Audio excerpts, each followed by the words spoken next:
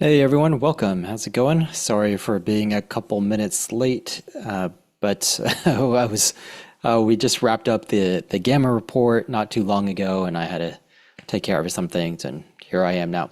So let's take a look at what happened to the SPY. So last week, well, on Friday, we came all the way down almost to that MA50, and in the post-market review on Friday, we talked about how this is a little too far, a little bit of a stretch for us to expect that we could go all the way back up for a confirmation bar. So we're not necessarily looking for that same type of confirmation when we bounce off of this MA50, or if it turns out to be a bounce. So what we really wanted was to get above that EMA8. We did not. The high was at 665.13. The EMA8 is at exactly 665.13. So it did touch the EMA8, but unfortunately did not close there. And the EMA20 is at 663.11, and we closed at 663.04. So we also closed just shy of that EMA20 as well. So we did well, and the S&P did recover, but it did not stick to where we wanted it to. Now, of course, we didn't really expect it that necessarily a single day could get us above that EMA8. It would have been really nice if it did, but we were going to give it a couple more days, basically to the end of the week, see if we can get above that EMA8. End of the week would be really great if we got above this open or even this high right here, but I kind of doubt we're going to get it for a couple of reasons. One, this is a really big bar, and we are probably going to be defined by that bar for this week. Two, we had the bond markets close today. And so for them, for the bond markets, which is a major driver of the US market, of the US equities markets, that is going to mean that our ability to really move range-wise is probably going to be a little bit crippled unless there's a big reaction tomorrow at the bond open. If there's a big movement upwards, then we might get some actual movement over here. But most likely we're going to see an engulfing bar right here, and everything's going to be an inside bar or inside week. So I'm not terribly optimistic. Of course, that I'm not bearish. I am still at this slightly bull. I have no reason to upgrade myself up to a number 2, and I have no reason to downgrade myself to 0 at the moment. So it's just a slight bull for now. Hey, C. Fazio. Hey, Tony. Hey, Preb Nuts. Good to see you. T. Snow, Bob Blaine, Petra, and Lise. Great to see you all. So we'll see tomorrow if we can get above this level. 665.51 is just above the EMA8. That's roughly the 60% mark from the high to low right here.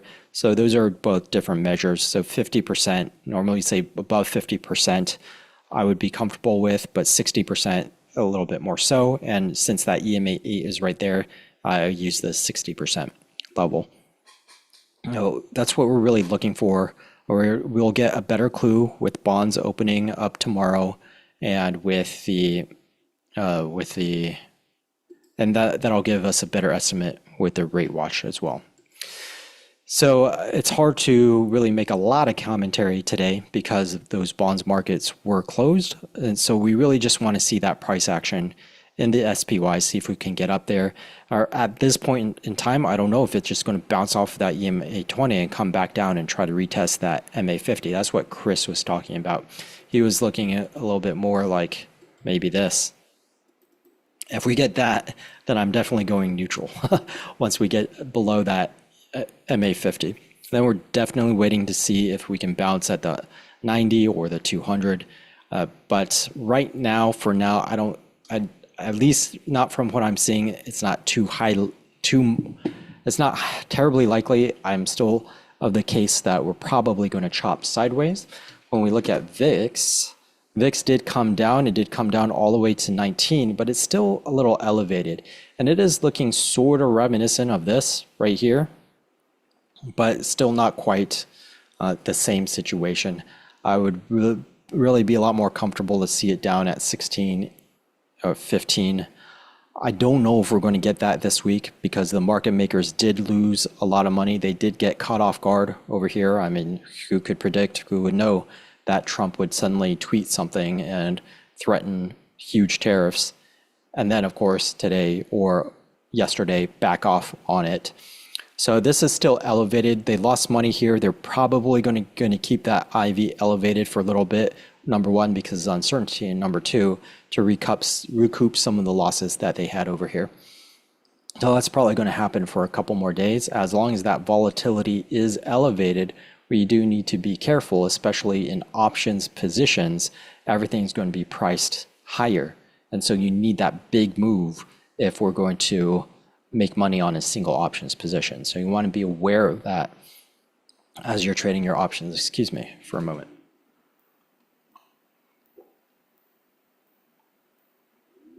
Okay, so volatility still elevated, not above 20, but we're not far away enough from 20 for me to comfortably say, hey, we're in just this medium volatility range. We can go back to trading the way that we were back when we were over here. So I do need to see that come down even more before I'm really comfortable resuming trading, or basically being a buy the dip type of environment and keeping our stops the way that they were defined over here.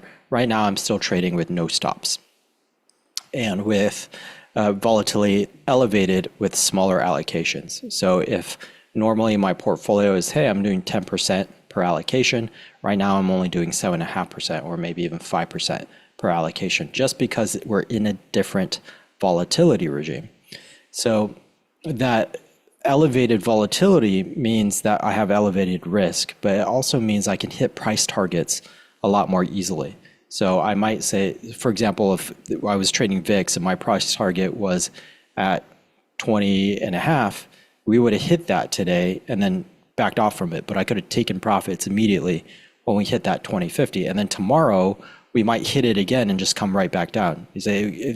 So we could hit profit targets a lot more easily. But of course, we can hit stop losses a lot more easily. So we take away the stop losses, we keep the targets in place, we set our targets, and we take our profit when we can. And because of that, you can, with a smaller allocation, or if you move your profit target out, then a smaller allocation can hit a profit target a lot more easily. Also, with expanding volatility, or IV, at least implied volatility, then that's going to jack up the prices of your options anyways. So any options that you're already held before the volatility went up, they had the benefit of a boost in their price from IV. It may be negated by actual underlying price movement, but it has that benefit there. So if it swings back up in your favor, then you can get a huge boost in price, and you can make outsized gains because of that as well. You have the same target on the underlying, but you end up making more profit on your option simply because of that IV expansion. So it's appropriate for us to reduce our allocation size because there is elevated risk, and we could hit our profit targets just the same. So reduced allocation size is a good idea at this point in time. Hey, James Quallen and Kay, good to see you guys. Did everyone's handle is different now? I'm seeing the at in front of everything, whereas yesterday or Friday and before there wasn't, and it looks like everyone's handle is slightly different than it used to be. So I'm going to have to get used to your new names over here. So SPY, we are at a 1 in terms of bullishness. We talked a lot about volatility and where we were in the markets and things that gave us clues or comfort that we might bounce, and all of this on Friday. We didn't really get to look at the portfolio. So today I plan more on focusing on that paper portfolio rather than market stuff. But if you guys have any questions, let me know and I will definitely answer them. Does IV increase the effect on single calls or puts the same as spreads? No, it does not. And here's the reason why. Let's see I wonder if I can get,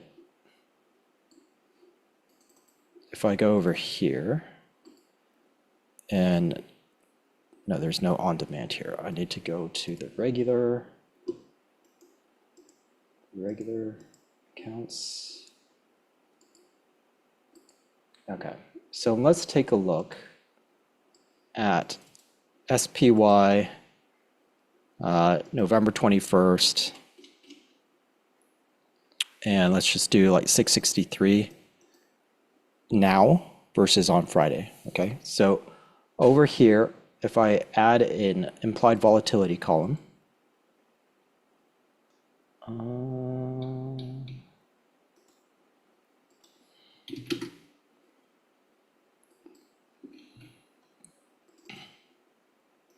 okay, so if we're looking at this 663 call, the implied volatility at the moment is 16.32. Okay, if I go back to Friday, I wonder if I can go back to Friday. It might be too recent. Oops. Friday, oh, we can. Okay, so if we go to Friday at the close or near the close,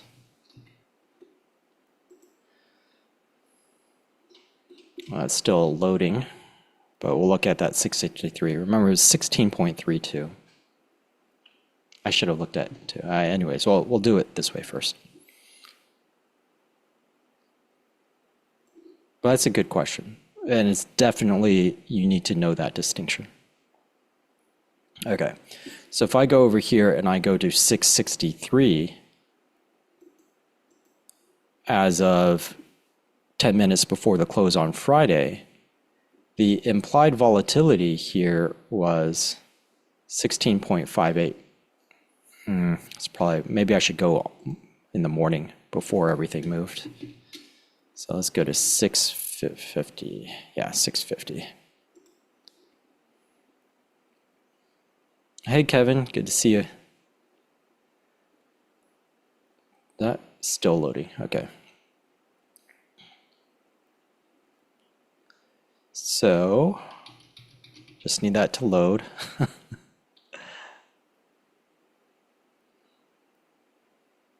Okay, 663. Okay, IV here was 15.1. And so that moved up to, as of close today, 16.32. So let me track that somehow. I need a notepad or something. Okay, so the 663 call for 21 of November went from 15.3 to just call it 16.3. Okay. And let's just do the 662 as well.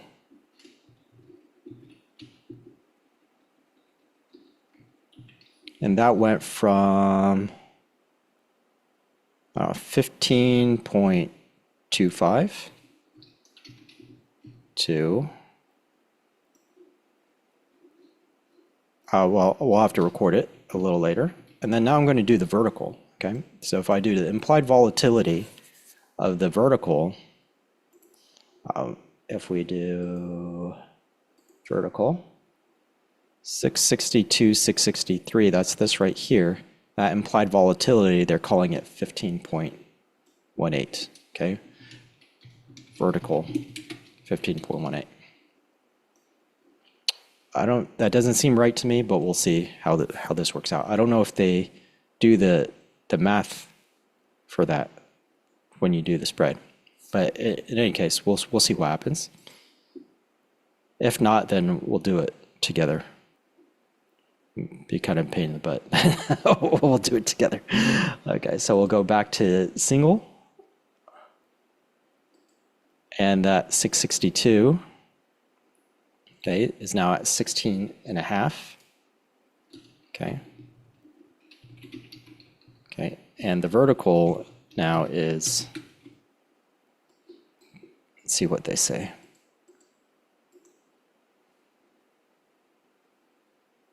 Okay, there you go, 16.42. Okay. Okay. So the implied volatility, they are showing the expansion, but in reality, it doesn't really matter, because if I go over here to option strat,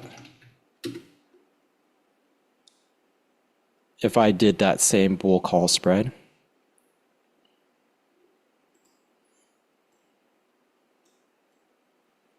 Okay. And what we're doing here is that implied volatility, they say it's at 15.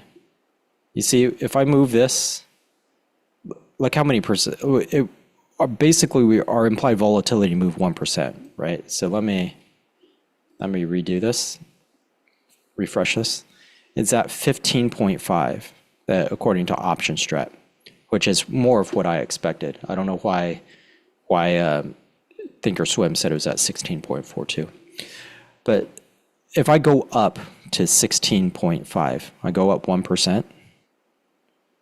See, did you even notice a change? Like this barely moved, right? This barely moved at all. Let me move it back down. You see that? You can barely see the change. 15.5 to 16.5. You can barely tell that anything changed. And in fact, if I go all the way to expiration, then nothing changes, okay?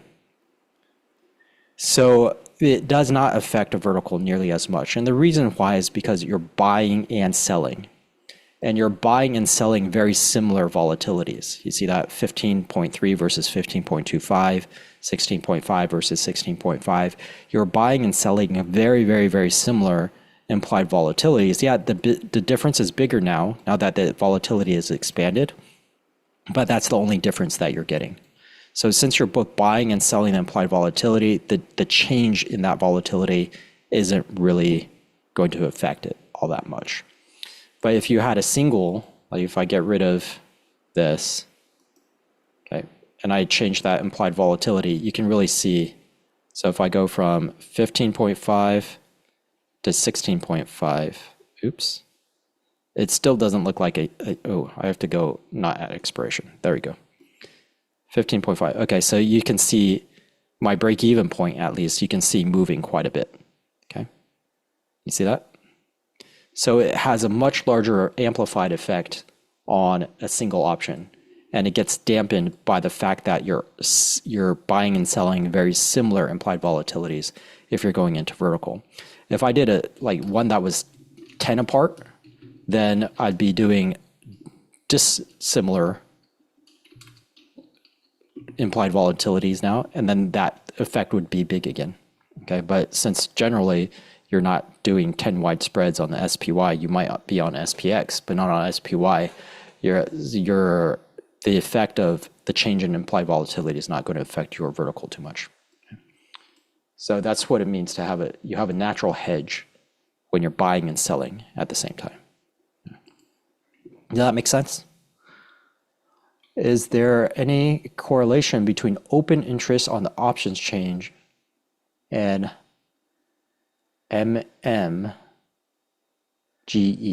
I don't know what MMGE is, Rob, but market maker GE. Or do you mean gamma exposure? Or do you mean GEX, gamma exposure? This is a question. If that's your question, then it's a question that is very common, and there is some correlation between open interest and gamma exposure, but it's a very deceptive correlation. So open interest is part of the equation of the gamma exposure. However, it is not by itself, cannot solely determine what gamma exposure is going to be. There's a few other factors that can wildly change the effect of the open interest. So it's not, if I say there's a large open interest at a given strike, it does not mean that there's a large gamma exposure at that strike. It does not necessarily mean, I should say that, okay? So a lot of times there still will be, but there's plenty and plenty of examples where there's not. So let me see if I can find one real fast. Every once in a while someone asks me this, and I always try to demonstrate it, but I don't want to spend too much time on something that I've demonstrated over and over again. So let's see, let me get rid of that. And that. And is that enough? Okay, I think that might be enough. I need to add open interest. Okay, so for example, let's see if I can find similar open interests and compare. So there's a 29,000 right here. And the gamma exposure there is 178 million. Okay, negative 178 million. We're looking at puts. Okay, 178 million. Here's 27. Okay, almost the same, just maybe 2,000 apart. So 2,000 on 30,000. Okay, that's a 6% difference in open interest.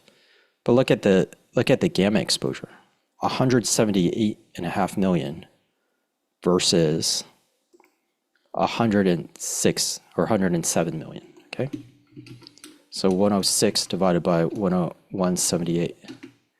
Okay, that's a 60% difference. Okay, only a 6% difference in the open interest, but a 60% difference in gamma exposure. So if you looked at open interest and you say, oh, they have similar exposure right here and right here, you'd be dead wrong. This one is 60% higher. So you cannot equate or just simply use open interest and think, oh, okay, yeah, there's a lot of open interest here. The market makers are going to try to drive prices, or they're going to hedge towards that direction. The answer is no, not even close. Okay. That will get you into a lot of trouble and lose you a lot of money if you make that assumption. Okay. Okay. Market maker gamma exposure. Yeah. Okay. So I guessed correctly. Okay. So do not make that mistake. You cannot simply look at open interest and think that that's going to have any sort of effect on the market makers hedging or market movement. Okay. So let's take a look at our portfolio. I think we answered, the applied volatility, and we answered all those questions. So let's take a look at our portfolio over here and what we did. So Friday, I did not get to explain completely, but I was in that MRK position because on Thursday, everything looked good. It was anticipatory. We acknowledged that it was anticipatory. And we went to MRK because I actually wanted to go into MCK because that one did confirm. But unfortunately, the options were not liquid enough. So you can see on Friday how well MCK, we got that confirmation, and it did not go down unlike most of the market. It was actually up 0.74% when the market was down I don't know. I don't remember what percentage was, almost 3%, 2.7%. So MCK would have been a great choice. It was my number one pick. That and also Oracle. Right? Actually, I still have the list. I haven't changed that list from Thursday. Okay, 10/29 or 10/9. That was Thursday. Oracle and MCK, and look how well MCK did today, up even higher, and Oracle same thing. Yeah, Oracle on Friday came down a little bit, but not much. It was only down 1.35% when normal move, like the day before, was up 2.89. So in terms of its normal movement, it was not down all that much, and it just came back to its EMA 8, and today bounced and recovered with the rest of the market, and it preserved its pattern. And so both of those were really good. Unfortunately, that's not what I picked for my portfolio. I wanted to be in healthcare, and since I couldn't get into MCK, I went second best. I said it's a little bit anticipatory, and so we went with MRK, and it did break down, and today it did not hold up. It broke below my max loss region on my vertical, and since it's only out to October 17th, I don't want to sit around and wait and see if it bounces off of the MA 50 or 200 again. And so I went ahead and closed this at a loss.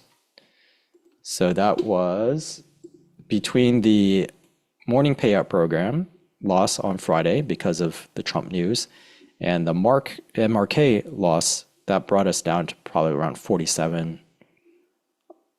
Yeah, probably about 4,700, maybe just over 4,700. And then today, this morning, CBOE, okay, on Friday, it actually went up also. And so today I went into a CBOE vertical when it was very close to its EMA 8. And so even though this is a red bar down, I didn't get in until right around right here. And that's why you're seeing a profit on that CBOE. Okay, so I am slightly bullish on my portfolio. That CBOE puts me into a bullish position. So I am at a +1. And normally I would have a income in here. I would have a SPY trade as the income trade, but we went so long overboard with the Gamma report, I didn't have time to put in a paper trade I did it in my official account for tracking and going into the normal MPP program, but I completely forgot to do it on my paper trade account over here for the example portfolio. So we missed out for today. But this is a nice little gain on CBOE. Let's do PL percent. Even though I don't love tracking, but this way, it's good for demonstration purposes. So CBOE up 31.67% on the day, with the potential of making, what is this? $1.45 on 250. So we can make 0.55 divided by $1.45. No. 105 divided by $1.45. So 105 is my profit potential, 145 is the investment, so 72.4% profit potential by the end of this week, as long as it stays above 242.5. So we've realized almost half the profit already in a single day. So is it worth, I have to ask myself, is it worth another 40% over the next 4 days? That's roughly 10% per day. And the answer is yeah, 10% per day is not easy to come by. So great, we'll stay on the trade. And if at any point in time where we realize the unrealized profit, it shows us that per day we can only make another less than 5%, let's say, or actually 4%, then I'll consider closing it for the profit at that time. It's not worth it for me to hang on to it because I can potentially deploy that capital where I could get above 4%. I could get 5 or 6 or 7% per day if I went into something different. So it's more efficient for my capital. So that's where we are right now. I can't look for another long position because I'm already I'm at a 1 right now. So SPY, if I look over here, I said that if we pulled back and bounced from the EMA 20, that I would be a 3, but that's not what happened. On Friday, we pulled down almost all the way to the MA 50. That's why we went down to a 1. If we can get back to the same situation that we were in over here, where we go back above the EMA 8, then I'll just be at a 2 again. I'll no longer be 3 because this thing kind of changed the picture. And then if we hit an all-time high and pull back to a reasonable level like EMA 8 or EMA 20 and bounce, then I'll go to a 3. So for the foreseeable future, I'm only at a 1 or maybe 2. And then if we break the MA 50, then I'll go back to a 0. So what I thought was really interesting, were any of you there for the Gamma report today with me and Chris Pulver? So we haven't discussed portfolio construction amongst ourselves, right? So he's done it professionally, I've done it professionally. And what was really interesting to me is that what he said today, he was talking about putting all your eggs in a single basket and watching it very carefully. And does that sound familiar to you guys? And then he said that he's going to bird dog it and watch it super carefully and mitigate. He's just going to be managing that risk super carefully. Does that sound careful? Sound familiar to you? And then he said that what he would do is that if he was going to do that, he would take an income style approach. or that when he was building out this portfolio, he would start out with an income strategy. Does that sound familiar to you? And then he said that he was talking about the smoothness of equity curves. And so I thought it was really cool that he started to talk about all of that, and it aligned with exactly everything that I was saying. And so that's guys with institutional professional backgrounds talking. We always look at risk first, and we always are looking at our return versus our risk, not our pure return. And so on certain time periods, we don't look that stellar. And you go, well, you know, certain programs of ours are making 10% or 20%. And other guys have programs their programs are performing at 40, 50, 60%. But what happens is when you have a drawdown like this, the other guys, if they're not taking the risk first approach, then they're going to be down like 30, 40, 50%. And then the programs where we mitigate the risk, then will only be down, you know, sometimes not down, and sometimes down like 10% or 20%. We'll be down far less. And so our equity curves are a lot smoother, and it's a lot easier for us to recover on a bounce. So I thought all of that was really interesting that he started talking about that. We didn't plan that at all. And he just started like, hey, well, Caden, what do you want to do here? I said, well, yeah, let's do a trade that's protected to the downside, because that's what's appropriate. And so it's interesting for you to see the mindset of people who have traded money institutionally and then translate that into a small account or a retail size account, less than 10 million. So yeah, all you guys, well, a bunch of you, some of you were there. So hopefully you noticed that as well. And he was talking specifically about a collar strategy, which is capital intensive. So that's why I never talk about strategies like that, because they're really capital intensive. And I make the assumption that you don't want to put your entire portfolio into a single trade or a single strategy, and that you may not have 25 or 65,000 to deploy. And so for my sample portfolio is 5,000 for a reason. Okay. So that's why you never hear me talk about things like collars and callback ratios or back ratios. They could be put back ratios too, but back ratios, collars, synthetics, things like that. I don't talk about those because they tend to be capital intensive and therefore reserved to, I guess, large retail accounts or even professional accounts.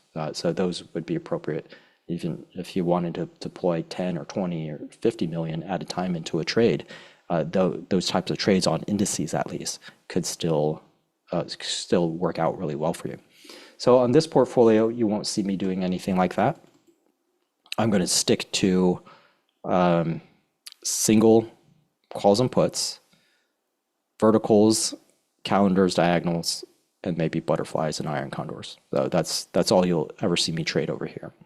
And what you'll find is that, especially in a small portfolio, it's going to be dominated by verticals. And for me, dominated by verticals means debit spreads and butterflies, because they give you the best either chances of winning when you get into the verticals, or by far the best reward risk ratios when you're talking about butterflies. So you'll see that as my focus when we're building out these portfolios. Okay. So let's take a look. Well, we're already in a position. So I don't know that there's a lot to take a look at. I mean, we only get room for one. So that's sort of the downside of it. So maybe I'll take a look at evaluating carefully my CBOE position. Now that I'm in a trade, it's got 31%. So here's something that you may not have thought about before, which is interesting. Okay. If I have a vertical, let's put in that vertical actually. Let's do CBOE. And I've got the October 17th, so very close expiration, 240, 242 and a half call. And I got in at $1.45.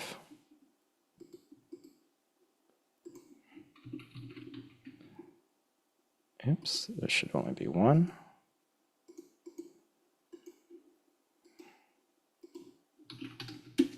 Okay, did I do that backwards? Buy at 290, sell at buy, yeah, I did that backwards. No, I did something backwards. CBOE 17th, buy the 240 call. Oh, these are puts, that's why. Can I switch? No.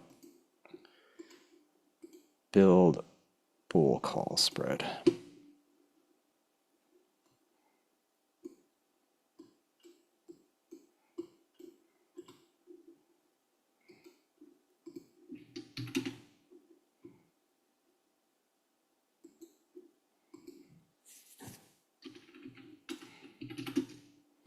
Okay. So that's what it looks like. Now, if I was happy with my 31%, I could just close this tomorrow and take that 31%. There's a couple other things that I could do. And let's just say I didn't want a day trade in my account. Okay. So if I didn't want a day trade in my account, because I'd put it on today and I already made 31%, just say the market's still open. What's really cool about if you have a margin account, you can do spreads, is I can just put on the opposite trade. Put on the opposite trade, and what that does is it'll flatten everything out into a line. So if I add the buy put and sell put, add the same strikes right there. I got to do it backward. I did it backwards. This one's got to be 242.5. This is going to be 240. Okay. You see that? That flattened it out. And now what that means is no matter what price, the underlying, no matter what, I'm done. What I did was I locked in this exact price. I'm guaranteed, no matter what happens, doesn't matter what happens to implied volatility, doesn't matter what happens to price, it doesn't matter what happens to IV, I've locked in my profit, just like as if I sold it, but I didn't incur a day trade. And what I see here is that this debit right here, this min profit is at 47.5, and the net debit is at 202.5. So that was slightly unfavorable for me to do it at this price. So I would have had to time it better than just right at the end. But basically what this does for me now is that it's 47.5 divided by 202.50. Okay. So I locked in a 23.4% gain by doing this.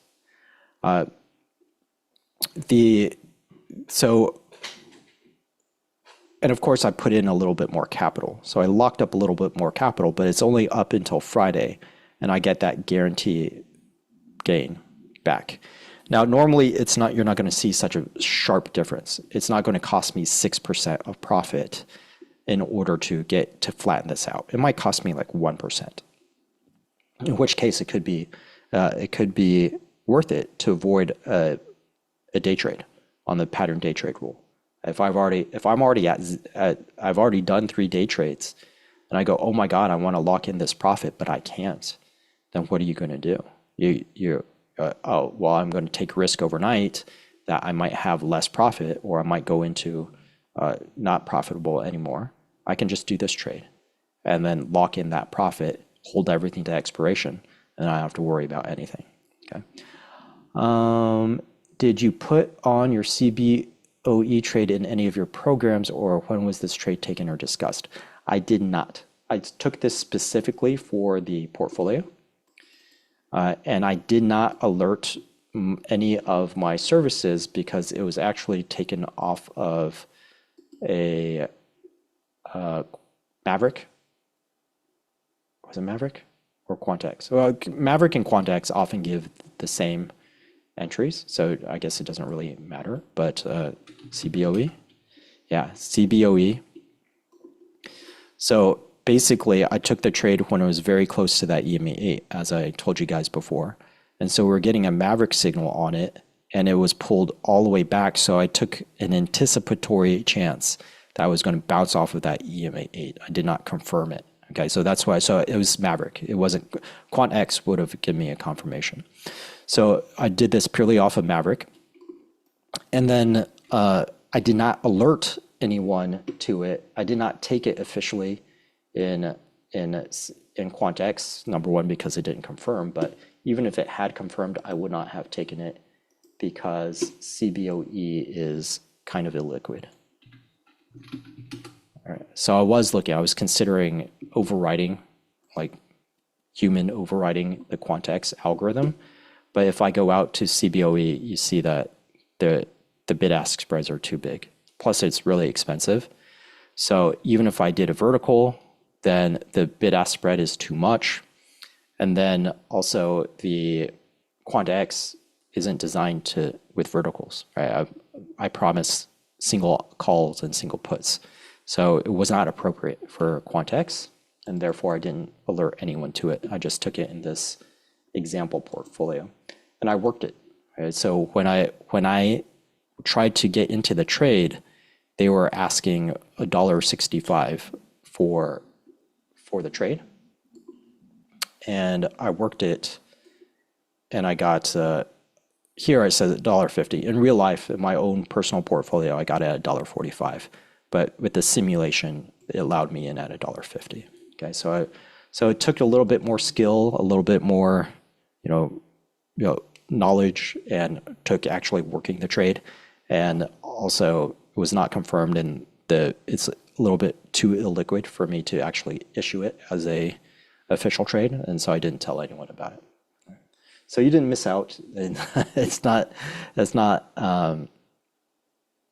like the perfect trade it's not worthy of me putting out an alert for. I'll put it that way. But it's turning out to be a good trade anyways. How will you close it? How will I close the CBOE trade? Or are you talking about how do I close if I do this? How do I close? If you're talking about this is a debit spread. And so I just let everything expire. I just let everything expire because, no matter what, everything is either expires worthless or expires worth something, and I get called and exercised at the same time. You're welcome, Sunitaka. Sunita. I think it's Sunita. I don't know what to parse. These new handles or these new screen names are all jumbled, are all scrunched up now. The debit spread, yeah. So normally I just let these expire on their own, but if I wanted to, I could just close them the same way. So basically, I would have two debit spreads. So under the CBOE, I would have this call debit spread, and I would also have a put debit spread. And so I just highlight the call debit spread and close that as a whole around 250. And then I would do the same thing for the put debit spread. And then I would highlight them, close it, and then for also around 250.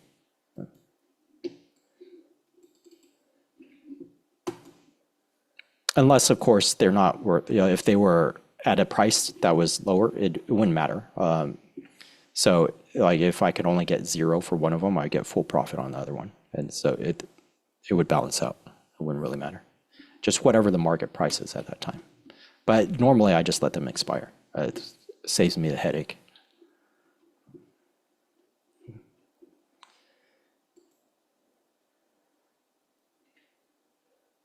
Okay. No. Another cool trick is, actually, I don't have an appropriate example. We'll talk about it some other time.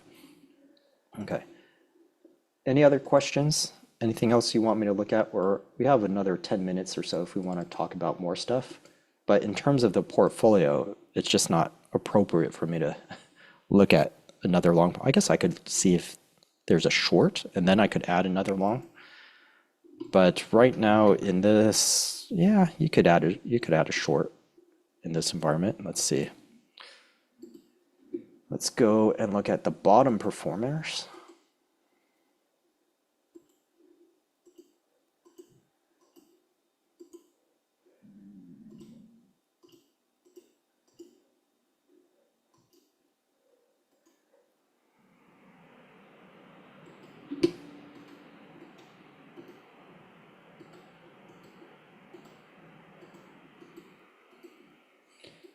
I need to save a layout for the bottom performers, so I don't have to do this.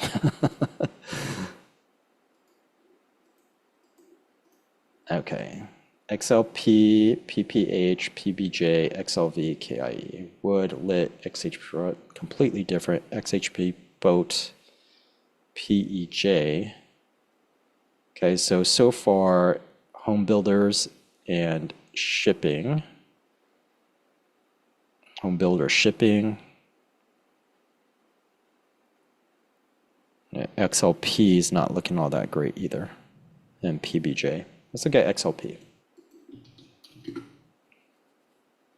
Yeah, XLP definitely downtrend.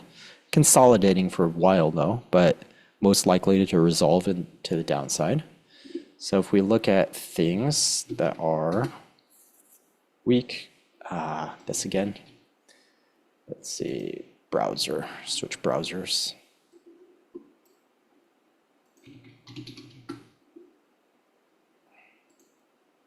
Nope, didn't like it. Okay, let's do it a different way.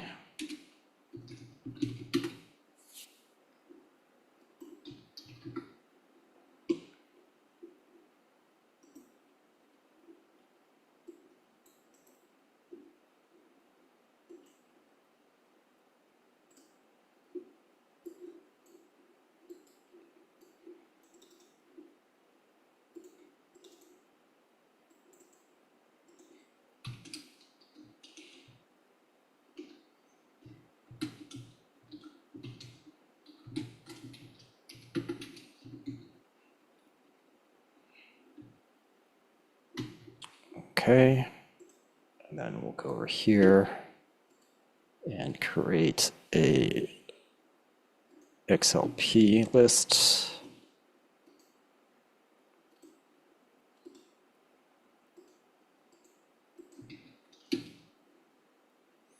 All right, and we'll take a look at if anything looks like a good short at the moment.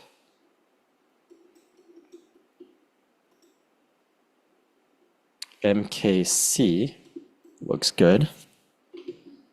It's very similar to MCK, which looks like a good long, but okay, MKC.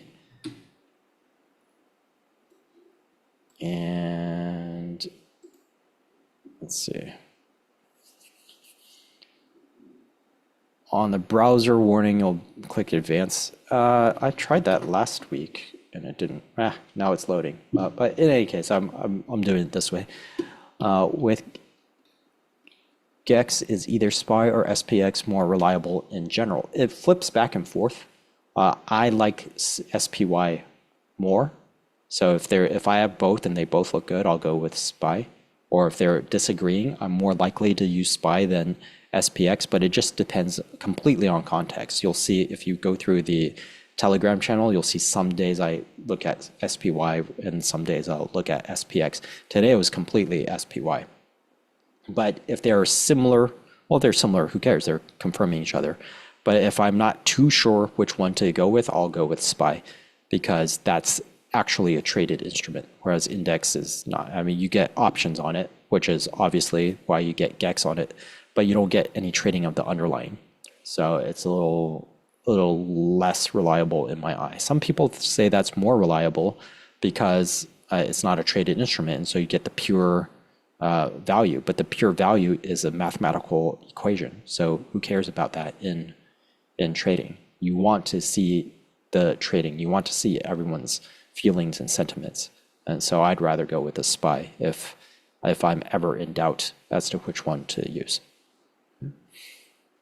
Okay, so MKC looks good.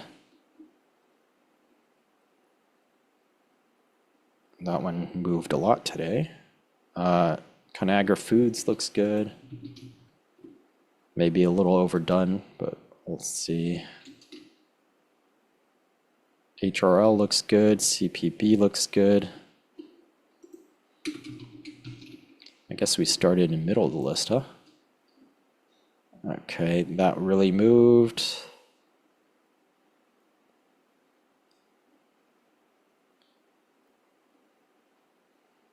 CL looks good. KMB looked good, but overextended.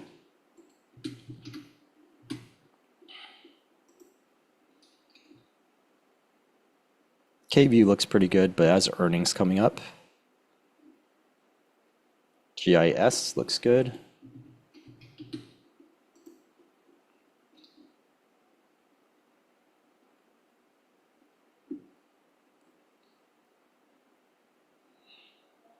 Okay, and that's the end of the list. So let's MKC, MKC.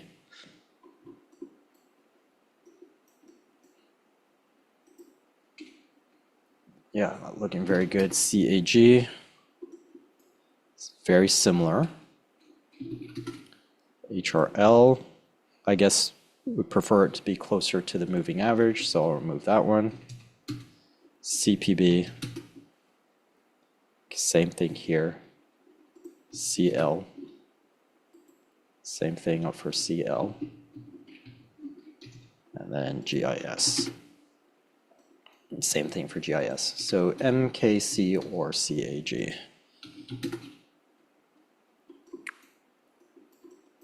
Okay. But I really would only be doing this if I had another long that I wanted to offset it with, so I could stay at a +1 slightly bullish.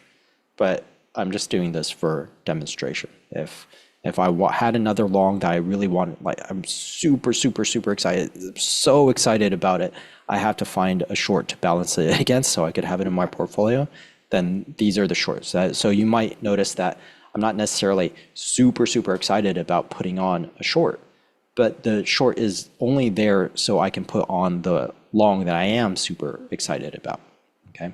Because I shouldn't be super excited about a short if I'm +1 slightly bullish on the overall markets, unless I'm super excited that this sector is just absolutely terrible and going down in the dumps, which I'm not. So this is just, hey, if I had another long that I was really excited about and I needed to balance it out with something because I already long all my positions, then this is what I'd be doing to look for it.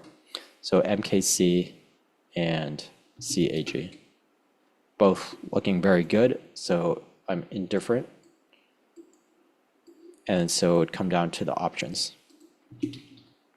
which I might still be indifferent. Liquidity of the options, not bad. Well, 15. Okay, not super great, but okay. And then MKC.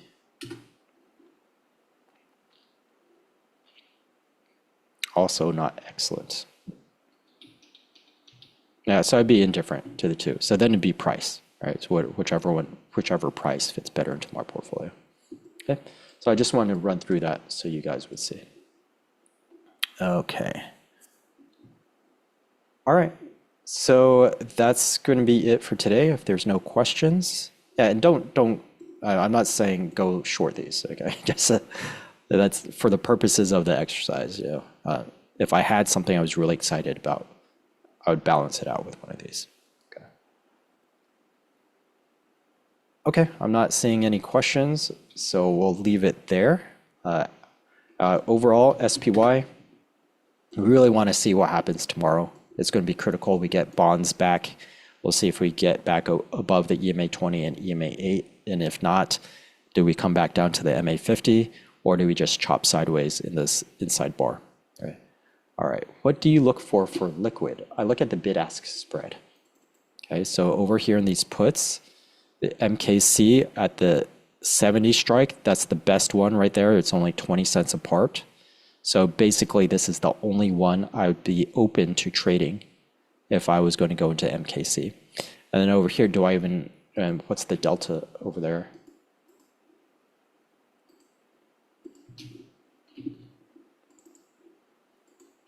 Okay, the delta over there is 7. Okay, that's not bad. I'd be okay with this one. Yeah, but not any other one.